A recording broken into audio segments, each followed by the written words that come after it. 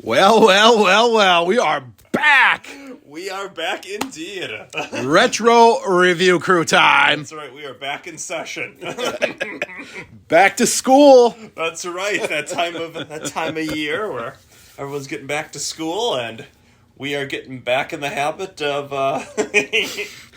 of recording our retro review cruise. That's right. It's been since about April since the last episode. Oh my goodness, yeah. Crazy to think it's been that long, but we are ready to rock and roll. Not as long as some of our long hiatuses we've taken. That is true. Oh my goodness.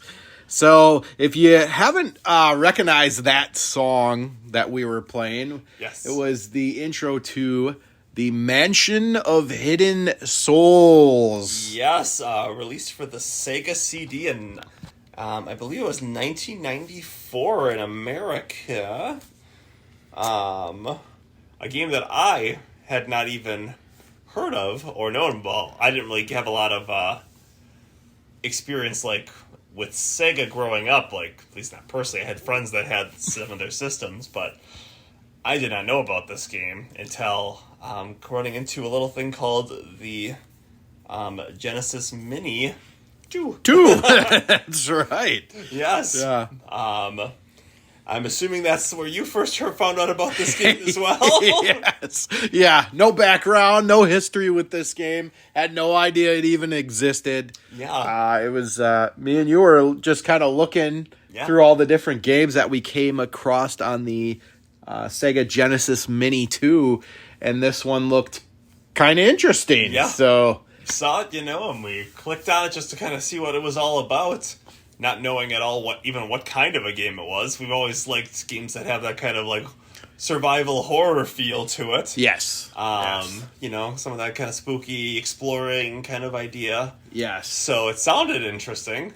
Yeah. And we got a game that was a little different than we were expecting, but a game that still had a lot and does have a lot to offer still. Yeah. I would say, going into this, we're going to read the history, but going into this game, this is like a beginner's game to a survival horror genre. Right. It's much more of experiencing everything you can, trying to solve puzzles, taking out some games where you would have combat and things. There's no combat in this game. There's no boss battles. It's basically more of the puzzle and thinking portion of those kind of survival horror games. Mm-hmm. It's more about the exploring and less about the actual horror and fighting for your life kind of part of it. Yes. The only real history I can give to this game, and to me, I used to have this thing called the Web TV. Do you remember that, Travis? I know of it, yes. Okay. Yes, I do. Yeah. Web TV was a way that you could access the internet back in the 90s without actually having a computer. Yes. And they used to have some of these type of games on the Web TV. Yeah. A lot of point click, your character moves, not a lot of, graphics. But this game did have some graphics, had some animations to it. Yeah. But this game kind of reminds me of that early internet, computer game in a sense. Sure. But it was for the console. Yeah, It reminds me of, like you said, again, computer, on our first computer, a lot of people had the game Myst, which again is kind of moving around, point and clicking, interacting with the environment, solving puzzles, that kind of idea. Mm-hmm. And I played that a little bit. Didn't really have the patience as a kid to try to figure out everything I needed to do. But when you knew what to do, you could kind of go through the game at a good pace, from my understanding, or even beat it really quickly, the original Myst game. And this game feels similar to that, but on a console, and not as in-depth, or at least not the way that I feel that Myst was. Again, I was a kid, and that was last time I played it, so yeah, it might have just seemed more complex than it was, but, it's in that same kind of vein, and this is a nice kind of homage to those kinds of games. But yeah, that's what it reminds me the most of, as well as that kind of, point and click. Point and click. The walking is done for you, like you said. No combat, but right. Well, usually our next section is the history of the game. Right. And there's not a lot of history, but we can kind of go down it. Sure. Give a little overview of the plot after that as well, and set the scene, set the stage. That is right. So you said the game did come out in 1994. When you look at the end credits, it does say 1994. Right. But the Japanese version came out December 10th of 1993. So got you. Very close to 94, and like we said, it was on the Sega CD. The only reason we played this game or even stumbled across it is the Sega Genesis Mini 2. Yes. Like we said, very cool system. Highly recommend if you haven't picked it up. Absolutely. Yet. A lot of hidden gems in there, especially for people like us that grew up without having a Sega Genesis. We didn't really know as many of the games from that library, so there's a lot of really cool stuff to explore there. Yes. So, game was called The Mansion of Hidden Souls, like we said, but in Japan it was called Tale of the Dream Mansion. And Yumimi Mystery Mansion in Europe. So, 3 different names for one game. Interesting, yeah. It's an adventure video game released for the Sega CD, developed by System Seicom, and published by Sega in Japan and PAL regions and Vic Tokai in North America. Yes. It has a similar format to other puzzle computer games such as Myst, Uninvited, and D. It was first released on December 10th, 1993 in Japan, and then in February 1994 in North America. The PAL version followed soon a month after North America. A sequel was released in 1994 for the Sega Saturn. Yes, which is interesting.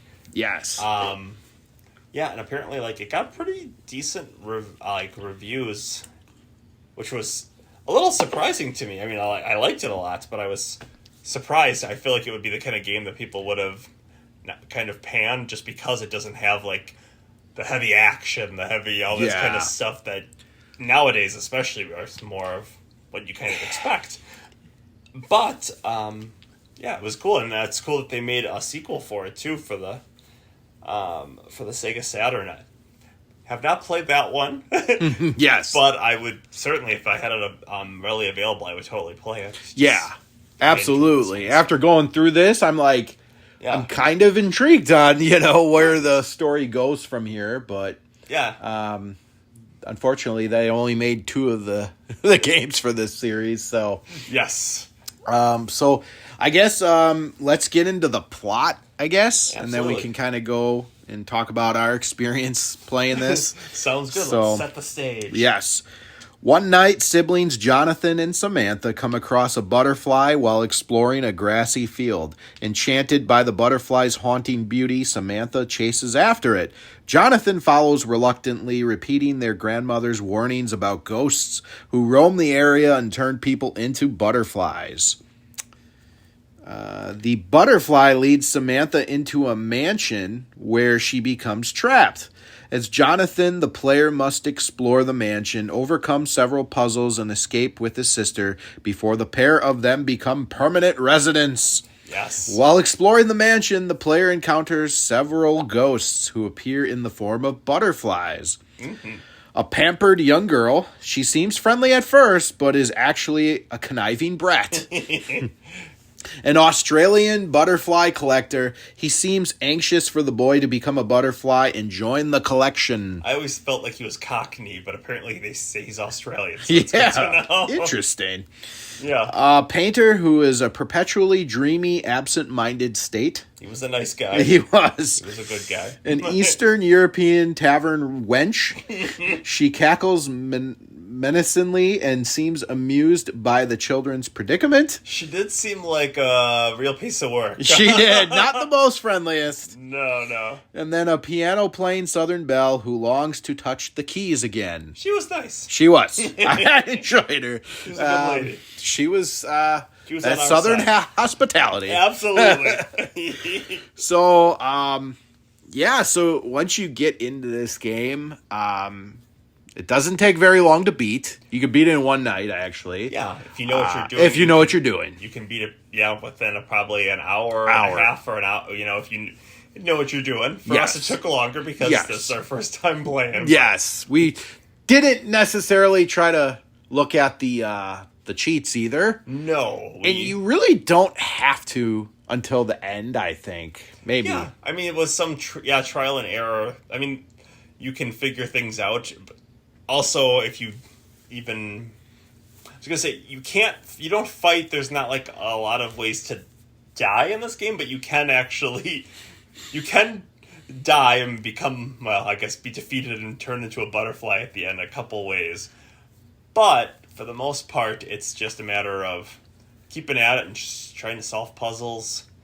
If you sit down and have the time to dedicate, you could beat this in one night without having to look stuff up. Trial and error will work. Otherwise, if you look up some of the answers to puzzles, you could get through it even faster, of course. But as part of it, like, the fun is just kind of playing through. Yes. Because, it allows you to experience everything and solve it. That's kind of the real big part of the gameplay. Correct. Solving those puzzles. So why don't we go through the rooms and kind of talk about like what they do and what you find there and whatnot? That sounds like a good idea.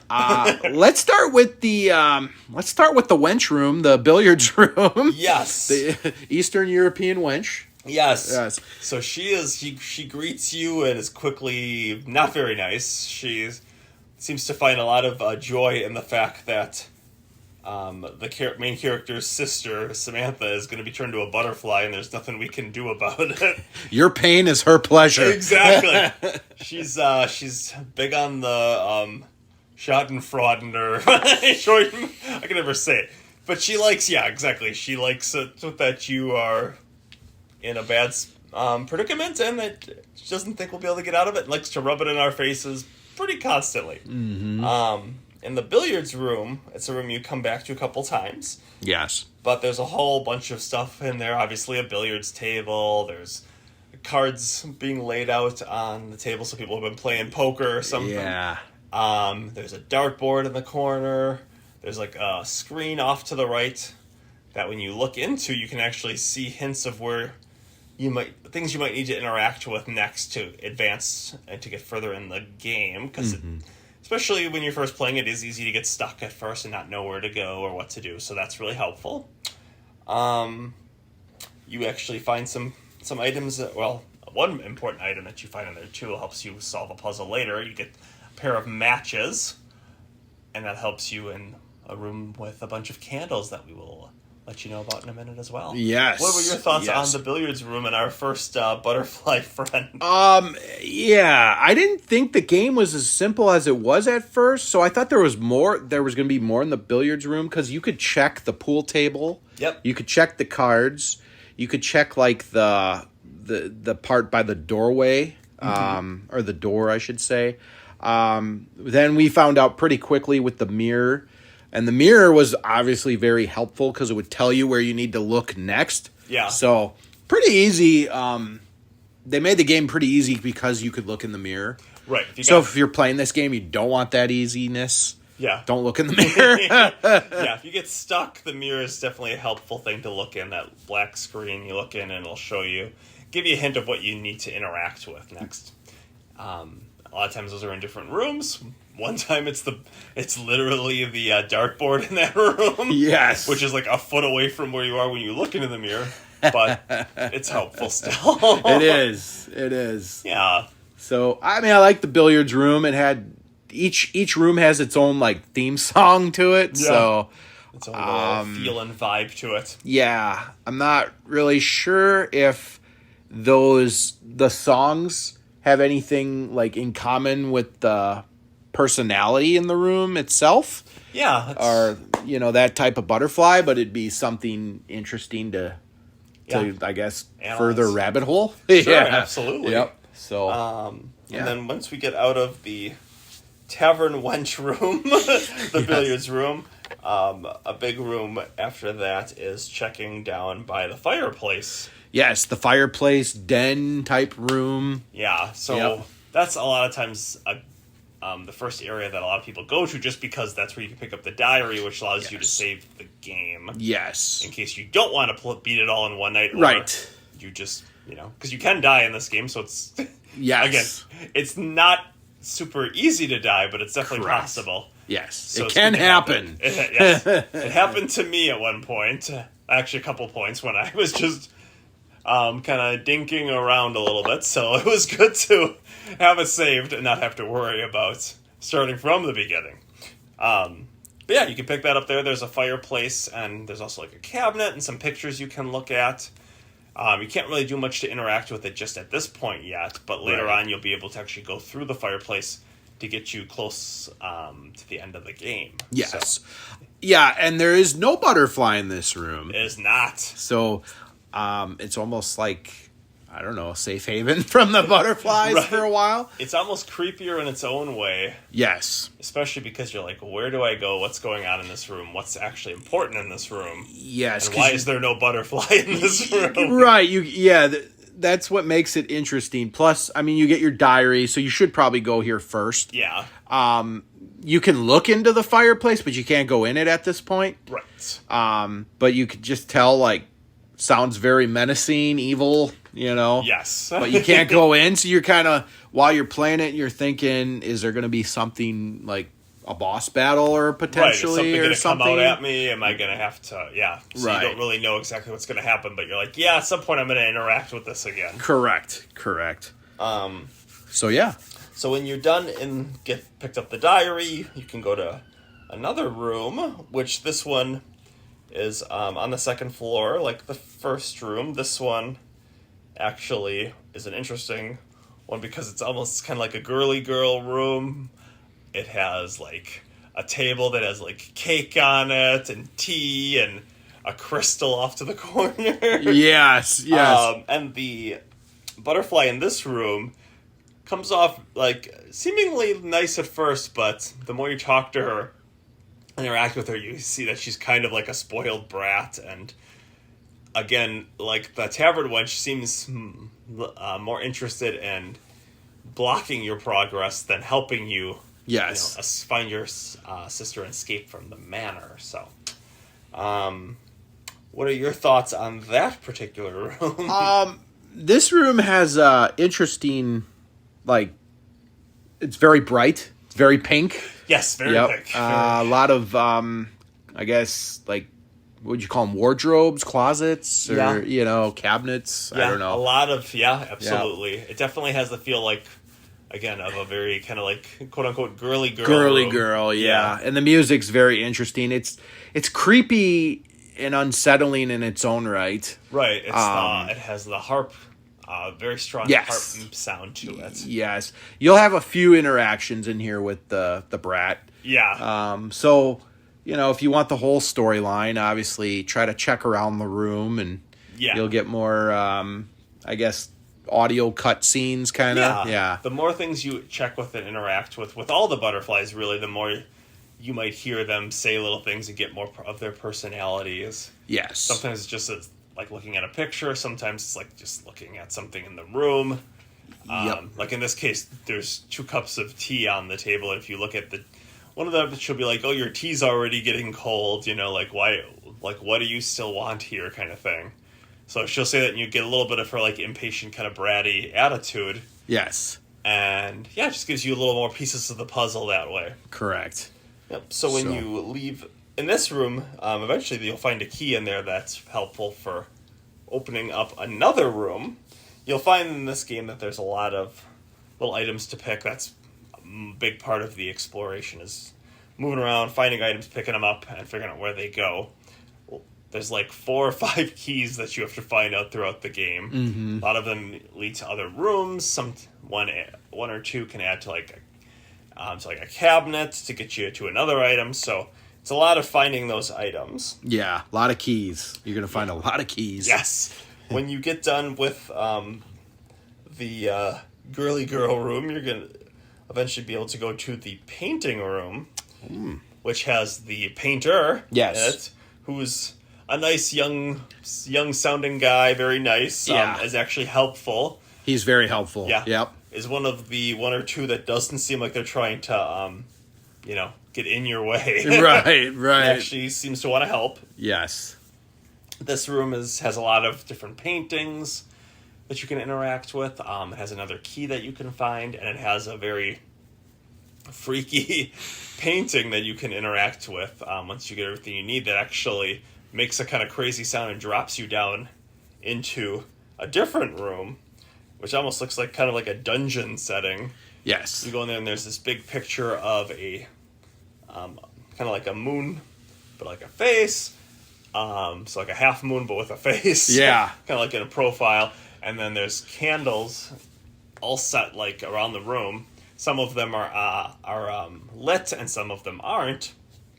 Yeah. And that's where that matchbox that you got from the billiard room will actually come into play and help you. Has very creepy music in this room. It does. Too. Oh my gosh. Yep. Definitely very creepy. Almost like an industrial kind of sound. Yeah. Like a machine making some weird sound and then very it's constant. Brooding, menacing type Yeah. sound. I will give this game a lot of credit with the music department. I think they did a really good job, and I'm wondering if that's why this game might be a cult classic, maybe? Yeah, it definitely has a unique feel to it, but it really helps capture the mood and help, I don't know, just bring it more together. Yes.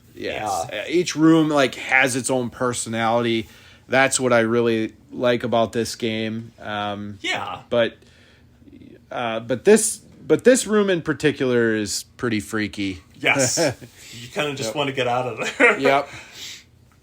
Yes. When you get out of the room first, before you have like the tools to solve the puzzle that will get you further along, you will try to just like interact with one of the candles, and it'll take you into the other room. Well, another room that we had talked about at the very beginning, the room that has the Australian butterfly collector. I still think he's Cockney, but that's a whole nother story. So it's weird because he is a butterfly, but he's also in a room with all of these, butterflies like on display that he's collected or whatever. And then in the room next to that, there's tons of books and everything.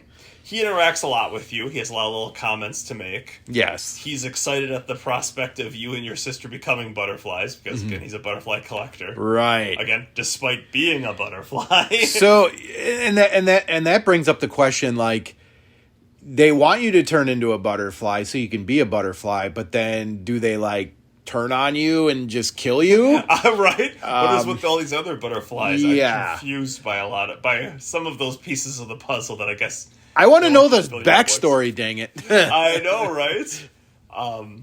So once you figure out some of the different puzzles, you find another key in that room that you can use. Once you have the matches and you know what you need to do, you go back down into the candle room and follow the pattern that you need to. And that gets you to yet another area. And so now, when you know where you need to go to an area where there's flowers, and you like interact with each of the flowers, and which is interesting is they all will say like a little snippet of dialogue that kind of again brings the story together, lets you know more of what's going on. They talk about how your sister Samantha, yeah, and basically talking about how she's going to become a butterfly and how the light of the full moon is what turns the people into butterflies that come here. You hear about a person named the Hunter, who's like the kind of the main antagonist in the game. Yeah.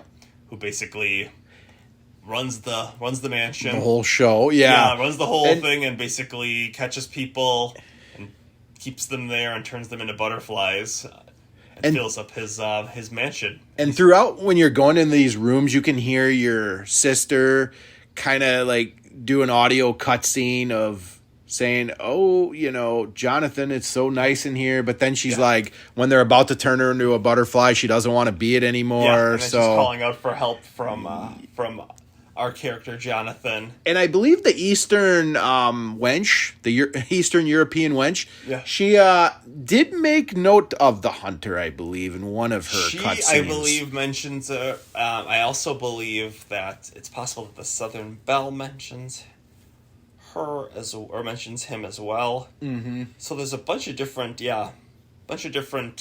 like mentions in passing, but you eventually meet the hunter. He comes down from like the top of this big room where your sister's being kept in like an orb as a butterfly. And he almost looks like he's supposed to be like an angel or something, the way that they have him set. He's like this big white figure that you can't really make out any details on, just kind of a vague human shape. Yeah. And comes down and basically talks, reveals his plan and everything, and basically taunts you and saying that you won't be able to save her from becoming a butterfly, and also that you will become one too, because nobody gets out of that place. Yes, that's right. Yeah, you can't see any like real definition of how he looks, but he does look like either an alien or an angel. Yeah, it's this big white kind of shape, human person shape. Yeah, I don't really know how to it's tough to explain, but one part that I did want to say is when you do finally open up the hidden room with the candles and the moon, you go down the steps, which kind of have like a cogwheel that looks like it's supposed to be, I don't know, it goes in connection with the house. Yes. And there's a long hallway, and this hallway freaks the heck out of me. Yes. Because it plays some creepy music. Mm-hmm. So that's all before you get into the flower room. Yeah. But you have to go back through the flower room when after you're the going hunter. Down past that cog, you see like this weird like figure all the way across as you're walking up to where the flower room is. It looks almost like a weird like statue or something. Yep. And it is pretty freaky because you're seeing like it's not moving, it's all the way across the hallway. You get that creepy music. Yes. So then, like you said, you go into the flower room, and then you do what you need to do. You grab your butterfly sister. Yep. You get a visit from the hunter. Which another thing about that room too is when you go into the room where your sister's being kept, is like it's all watery. Yes. And if you do what I did the first time, which is just try to walk into it, you'll fall all the way down into the water and basically die. Yeah. Which is one of, I believe, 3 ways you can lose in this game. The other way is that if you don't, when you grab her and you leave, when you grab your sister and you leave the flower room and you go back into that hallway like you were talking about, where you see that weird statue when you're going towards the flower room, you don't turn around. Yeah, do not turn around and look at it to see if the statue's behind you. Because it is, and it will catch you, and it will also defeat you. Kill you, and you'll become a butterfly. Yes. So you just have to keep going straight forward all the way down the hallway that you came in and go back up into that room with the cog, and then you're okay. But if you turn around at any point during that, it catches you, makes a freaky sound, and you lose. Yeah, that's one of the few ways to die in this game. Yeah. Also, I want to just make mention to Samantha. So technically, she does get turned into a butterfly, but she's not at the point where she's a permanent butterfly. So there's a way to reverse the process. And everyone can identify, or like all the other butterflies, because the wings of the butterfly apparently, they're still red before they become blue. That shows that the transformation is not permanent yet. But if she stays there long enough, and the full moon and everything, that will turn her into that butterfly permanently. So you want to make sure those red wings don't turn blue. That is right. Yes.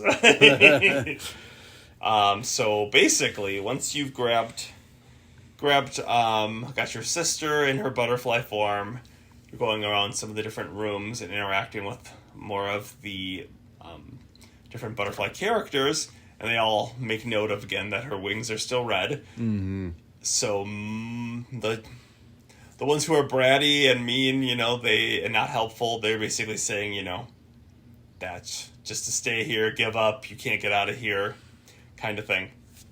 Whereas the two nice ones, the artist and the Southern Belle, who loves her music, both of them are saying, you need to get out of here. This is what you need to hurry, because the hunter's gonna try to turn you guys both into this permanent butterfly. So when you go this way, you actually get kind of the director that you want to go to the Southern Belle room, which again you have a woman who's in there with the piano, Yes. You know, there's a flute. There's all kinds of different pictures. There's a tuning fork that seems to do nothing. Yes. that you can interact with. Yeah. But she's nice. She's, again, trying to give you advice. You find, looks like a candelabra off to the side, and she tells you that you can use it to go back to the fireplace, as we mentioned earlier. Yes. And now you can actually go through the fireplace to move towards that last final area of the game. Yes. You go through, and when you get all the way on the other side of it, at the end of the hallway there, you see looks like just kind of like a big, almost like a shield emblem kind of thing, but nothing in it. When you interact with that, a key will drop down, which you can then use Yes. to go back to the fireplace room itself, and there's like a curio cabinet you can open up that gives you a fancy seal that has grapes on it. Yes.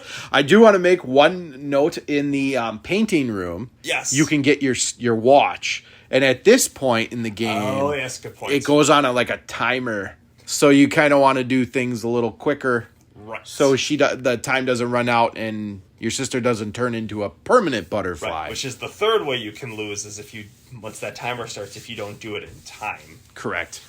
So once you get that all set, you bring that grape seal over, Yeah. place it into that impression on the wall. It looks kind of like where an emblem or a shield would go. Yep. And it brings down a ladder, a very creaky ladder. Sounds like someone's jumping up and down on a bed. Yes. And you go up there, and now you're at this area where there's all these different doors. Yep. And the weird thing about this is this puzzle still completely doesn't make sense to me. Yes. I believe it has something to do with the number 3. Yeah. But don't quote me on that. Yeah. But you see these different doors you're surrounded by, and you basically have to pick one to go through. If you pick the correct one, it moves you to another set of doors that kind of keeps going on in that sequence. And when you do it enough times, it gets you to where basically the final room of the game is. If you get the wrong one, it takes you back to the beginning of them. Correct. So it's like a little bit of a puzzle maze kind of thing. Yes. I would think like back in the 90s when you didn't have GameFAQs or any of them. Right. It probably took a bit to figure this out, I would think. Yeah, trial and error. Trial and error. Again. Yep. That's where the saving is helpful with the diary. Yes.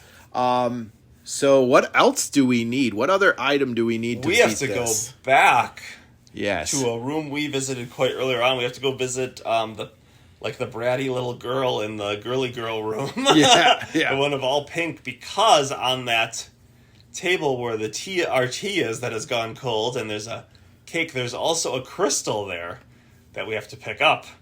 The crystal allows us to, once we get through all those different numbered rooms, we end up in a room that looks like it has what looks like a mirror on it and a weird kind of shape in there, but it's like all blacked out, so we don't know what's going on with it. But when we need the crystal to basically go through the mirror, and when we do that, we're back outside of the mansion and we're safe. But the thing is, again, you have to go through those doors, Yep. and because of like the trial and error aspect of it, Yeah. you can lose a lot of time if you don't know what you're doing. And that's kind of one of the way the game tries to finish you off, so to speak, because you can lose if that watch shows that the time's gone too far. I'm not sure exactly what time it reads, if it just reads at midnight or what. I think so. I think it's midnight. Before you turn into a butterfly or a pumpkin. Yeah. And I think there's 6 doors, maybe? I think there's 6 or 7 different sets of doors. Yeah. Yes. Yep. So you walk in and there's be doors on each side of you, including the one you just came through. So it can be confusing. Yes. It seems like all the numbers need to be either 3 or like divisible by 3. Yeah. Because they'll give you, each door has its own sets of numbers on them. Some of them are just like 3. One is like 3 sevens. Yep. There's one that's 1 and 2. So it's just like, okay, Yep. what is the pattern here? And I think the other one was 345, I believe. There's was one. 345. There's Yep. like ones that there's like 27? 2 3s, 27. Yeah, there's all kinds of random things. So trying to find the consistency in it there's like definitely a pattern there. It's just I wasn't positive on exactly what it was. Yeah, yeah. But yeah, we get through that, and then boom, you are at the end of the game. And Yes. it's pretty exciting, cool moment. Yes. Yeah. You can save yourself and your sister from becoming permanent butterflies. So Yes. that's all good. So, do we know? I don't know if you checked on this, but when you like run out of time, is there like a cutscene that shows that you turn into a butterfly, or I'm wondering if it's turns red and says game over? My guess is that it probably does that. Turns like red or takes you to a game over screen. Like Yeah. when you lose, whether it's falling into the water, being caught by the statue, or I'm assuming running out of time, it shows like a different cutscene at the end where you see like the main lobby area when you come in, and the staircase is up there, and then there's like a little area off to the right of that where there's like a coat rack or like a hat rack, and you see like a different butterfly flying through, and you're led to believe that that's probably you. Oh yes. So okay. that you don't even get your own room. I mean, that's rude. I know, right? Everybody I else just gets get the their own main. room, and they give us the fireplace room. There's nobody in there, but Yeah. No but that's kidding. I think so. And then it says like game over, and I think that's just supposed to signify that you lost. The hunter won. You be turned into a butterfly, and you're stuck there for I guess ever. That makes sense. Yeah. So that's kind of what they tell you. Yes. Or the way they tell, like they don't explicitly tell you a lot of things. They kind of hint towards things. Yes. Tell you to fill in the blanks that way. Yes. And at the ending, when you do bring your sister, who's like in an orb, Yes. she's a butterfly, you basically bring her outside, you set her down in the grass, and then she turns back into her human form. Yes. And then some 1970s, 80s happy music, like orchestra music plays, and Yep, and then you get your credits. You get the credits. Yeah, they're not the super long credits. yeah. Didn't seem like there was a ton of people working on this, but Yeah. I couldn't imagine. Right. But it was cool to see. And then, you go through the credits, see all the different names and all that. Yes. People who threw their hat in the ring to make this. And Yes. it's a cool little ending. Again, you don't get like any kind of epilogue. You just see that she turned back into a human, and good times were had by all. Yeah, I think there's a couple things here. I mean, it is 1993/4. 94. I mean, they're just working out with the 3D environments. It's. I mean, for a console especially. For a console, at this time. I mean, I think it's very basic game now, but back then, there's some issues with it, like when the hunter, talks to you, you can't hear him because the music's too loud. Right. You can kind of, if you really focus in on his voice, but you can hear, but it's easy to miss things he's saying because, like you said, the music overpowers his speech. He's not the loudest guy. He's kind of a soft-spoken actor. Yes. He sounds, like I said, like someone's well-to-do grandpa. Yes. He doesn't sound all that menacing or scary. No, even when he tries to laugh creepily, it just doesn't really come off. Yeah. And I'm like, okay, grandpa. Yeah. But I don't know. Are you ready to do some ratings? Let's do the ratings. All Let's right. jump into it. Let's start with the graphics. What do you say? What do you Sure. give it? Graphics, I have to look at it from the time frame again. There is definitely some graininess to things, especially when it's trying to move around. Mm-hmm. But it's still pretty cool and ambitious for the time, I have to say. Yeah. So I will say, with that in mind, I'm going to give the graphics a C+. Okay. I feel like it's pretty. I like the colors they use. I like the details. It does get a little blurry and grainy at times when you're usually it's just when you're moving. Yes. But it's kind of a product of the time, too, and trying to be a little ambitious. Yeah. But I like what they do. I like what they put together. And, it has its own kind of charming feel to it, even with that. Yes, I agree with that. Shortcomings. So yeah, C+. Yeah. I would say kind of everything that you said, and then going back into 93, 94, I'll say it's a 6. I'll say it's a 6 out of 10. A little less probably than what you gave it, but nothing groundbreaking, but they tried. And it just reminds me of a very like early 90s computer game, but on a console. So, yeah. So, all right. What about let's go with the sound. Sound is a kind of a mixed bag for me. I like the music a lot. Mm-hmm. Everything from like just the different ways of being creepy, some of it being more overtly like chaotic sounding or almost mechanical, where other times it's just like the hauntingness of like the harp music or just things like that really kind of pull you in and give it its own feel. Mm-hmm. Give you a different kind of creepy, brooding kind of feel. Whereas some games are much more like, okay, this is obviously obviously supposed to be super creepy. This game, I feel like, gives you like some nuance where a song can sound almost creepy at some points and almost relaxing at others. Yeah. In its own weird way. It's almost like the relaxation of it and knowing that you're stuck in here in this time gives you a different kind of sense of creepiness and almost like feeling trapped. Yeah. So I like that. I like some of the voice acting almost, but some of the voice acting is almost over the top. Yeah. And corny, but I almost kind of find that charming in its own weird way. Yeah. They work really hard to give all the different characters, all the different butterflies that you see, very different personalities, very over the top accents in many cases. Everything from the Australian, again, I swear that's Cockney, but that's okay. Butterfly collector to the like Eastern European tavern wench.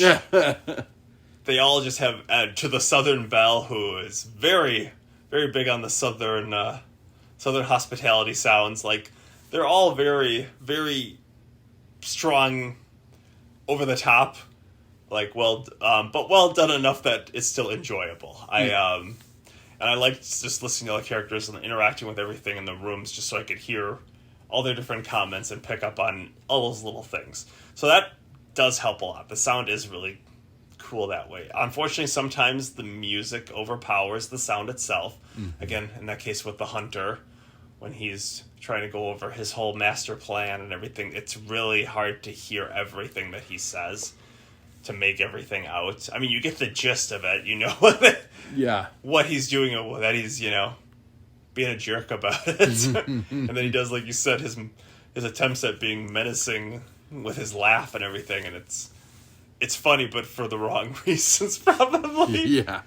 So, my long-winded way of putting that, basically what I'm trying to say is that I enjoyed it. I thought that it had its ups and downs. The music was really good. The sound was kind of a mixed bag. So with that, I am going to give it a C. C. Yeah. Yeah, I think this, with horror games especially, very Japanese style where they play the soothing music, but obviously the one that we love the most is Silent Hill. Absolutely. And I feel like they do that a lot, where they play like a kind of like a very like hauntingly, almost relaxing sound. But Resident Evil did it too in the save room. So I just think that's a Japanese thing to do, but I think it worked well. I liked the different sounds and songs that were in the different rooms. The voice acting is very cheesy, and we got that a lot as well with Resident Evil. It was kind of, just not the best acting. The first Resident Evil, almost felt like it was campy on purpose. Yeah, it almost seemed that way.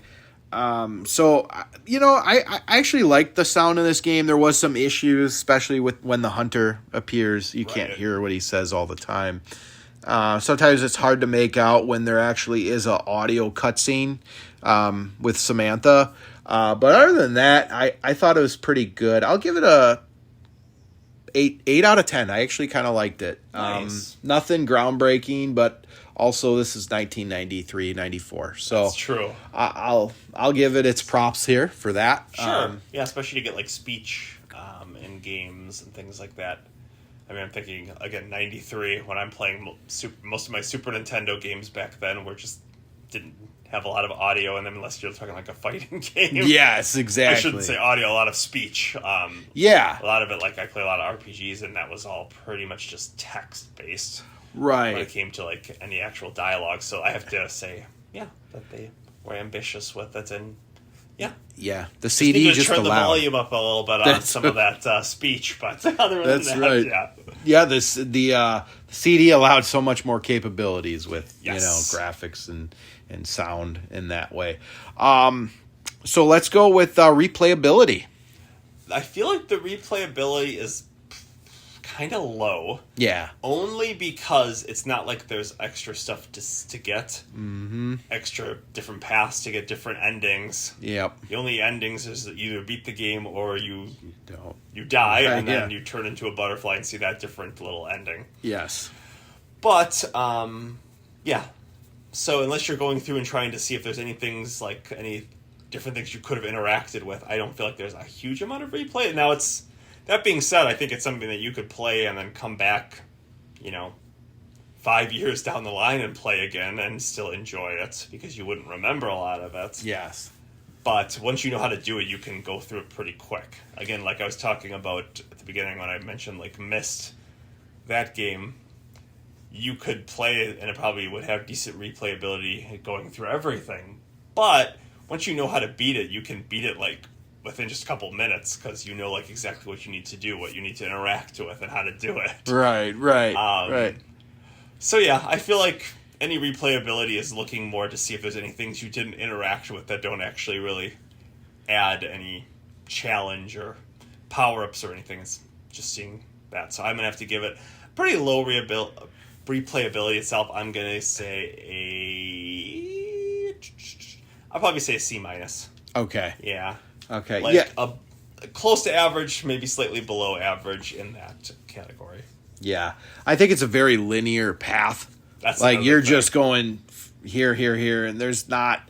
I mean, yeah, you might go in some rooms a couple times maybe because you missed something. Right. But honestly, this game's pretty straightforward, especially when you got the billiards room and you can see where to go next. Yeah. So, I mean, once you beat this game, besides seeing all the different ways you can die, which is not that much, right? And doing the ending, I think honestly, like once you beat this, you may come back like 10 years later just to experience it again, right? But it's very low. Yeah, you're not going to finish do this it and be like, okay, let's boot it up and start. Yeah, I can't wait to go through this Mansion of Hidden Souls.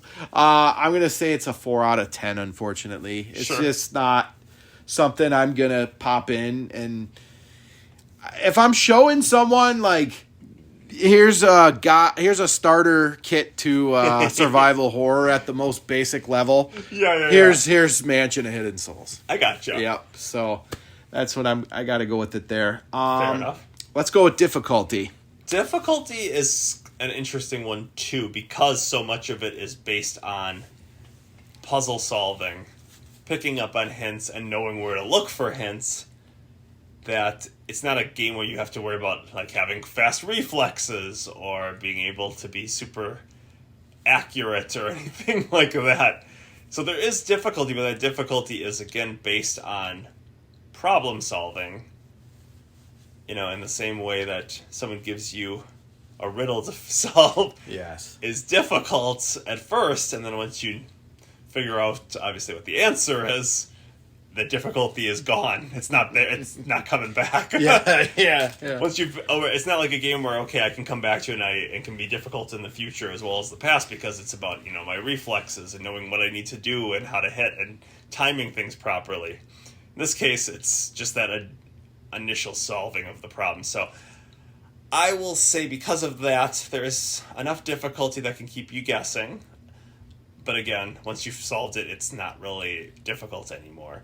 So I'm going to give it a C+. I feel like there is definitely some stuff that can be tricky and confusing at first, a little misleading at times even. But once you've done it for a while, you'll figure it out, and then you're like, oh, duh, kind of moments, you know? So I don't think it's super hard. I think, again, you can beat this just over the course of a few hours. Your first time through, I feel like we beat it in probably 3-4 hours, maybe, something like that. Yeah. So yeah, that's kind of what I'm going to say. I'm going to say C+. All right.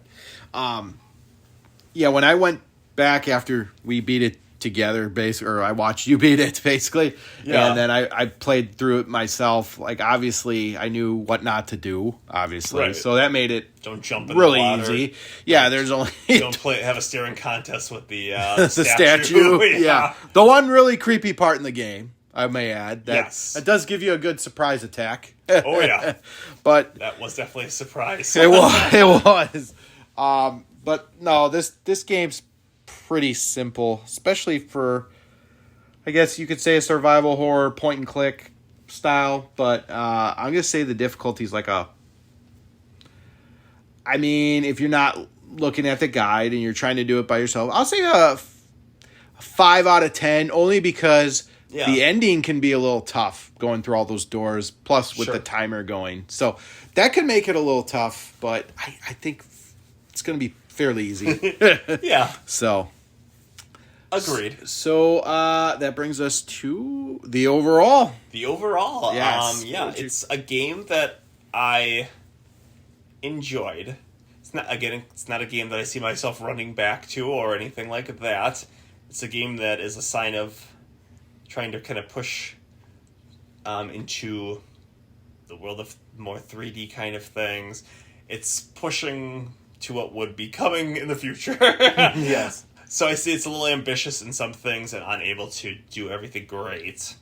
But yeah, it's a game that I would recommend that everybody play through once. Mm-hmm. I think that regardless of whether you like action games or if you're somebody who likes games where they can, for the most part, take their time and just explore and enjoy the environment, that it's a pretty fun game that I think just about anybody can find some enjoyment out of. It's simple. It's, there's no foul language. Yes. It's not, don't have to worry about blood and guts. Yep. And it's something that even if somebody doesn't play video games normally, they could jump on and do fine with, especially if they're playing with somebody, who does play a lot of video games. And it'd be kind of an entryway thing that you could do and you can have fun with somebody who doesn't play video games as much, because you can interact and problem solve together and just enjoy everything.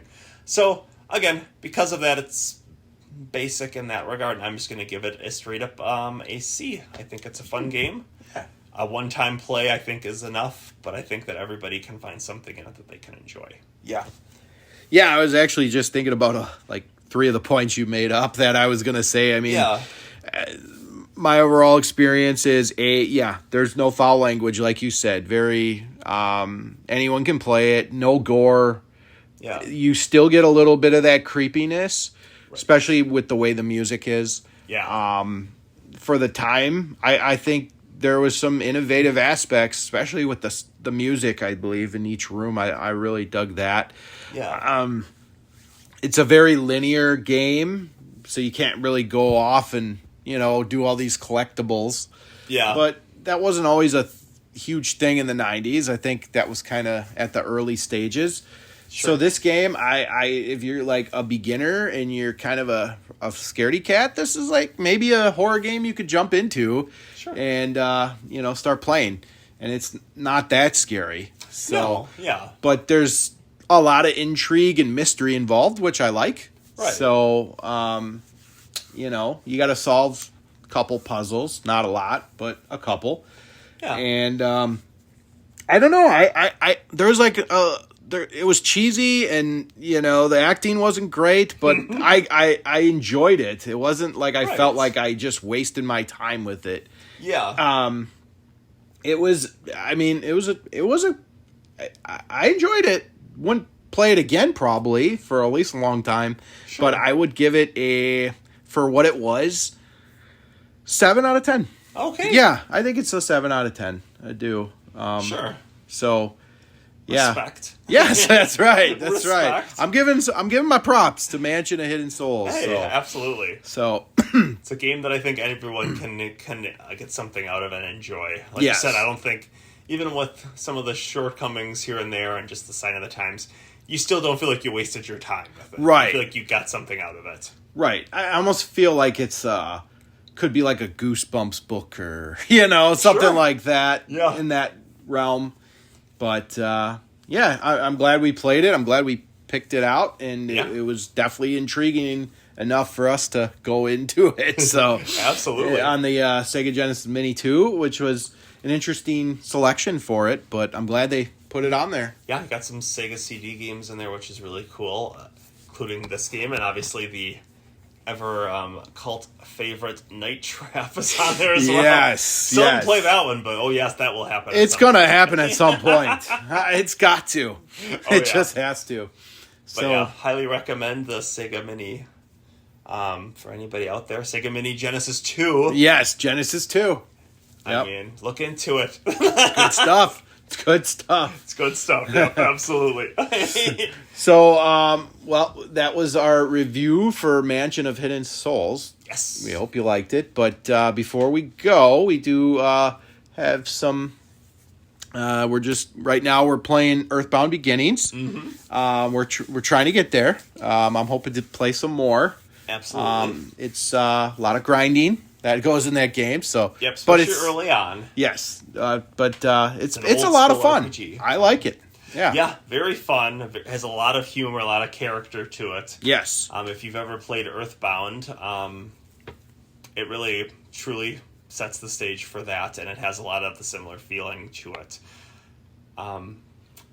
It's just a lot of fun. I'm very excited to play more of it, and can't wait for the time when we can review that game, and then more games after that. Absolutely. So, if you enjoy this podcast, please hit the like, hit the subscribe. The yada yada, the same old, everybody says it. But if you enjoy it, why won't you do it? Yep, right, absolutely. Notification, the bell button, so you can be latest updates and kept up to date with our next one when it is about to hit. Yeah, and I also want to mention that we are on more platforms than we have ever been on. So, your whatever podcast you listen to, we're probably on it.